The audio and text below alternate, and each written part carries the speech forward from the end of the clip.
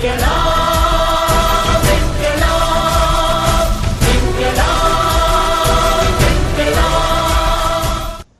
نام ہے آپ کا؟ جی میرا نام مسز پروین بھٹا ہے۔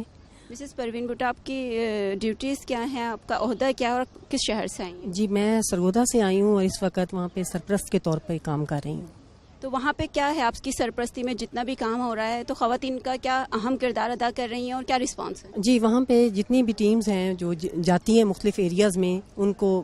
لک آؤٹ کرنا، ان کی نگرانی کرنا، ان سے رپورٹس جو ہیں ڈیلی جو کتنے گھروں تک ان کا میسج جا رہا ہے، کتنے لوگوں تک وہ پیغام پہنچا رہی ہیں، کس کس یونین کونسل میں وہ لوگ جا چکی ہیں، کتنی یونین کونسلز ابھی بقایا ہیں، تو وہ ساری رپورٹس جو ہیں وہ ان سے میں لے رہی ہوں۔ اچھا، انقلاب میں ٹائم بہت کم ہے نا،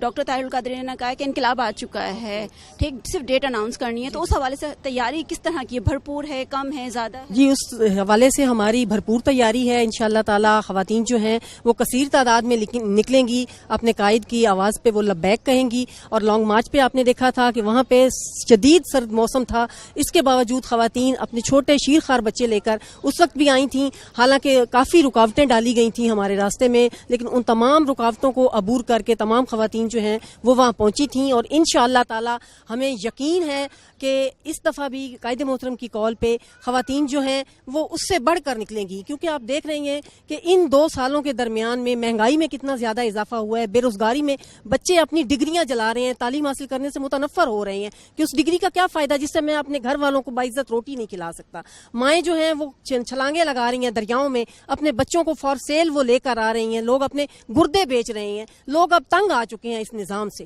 اور وہ تبدیلی چاہتے ہیں، اور انشاءاللہ تعالی اب یہ تبدیلی آ کے رہے گی۔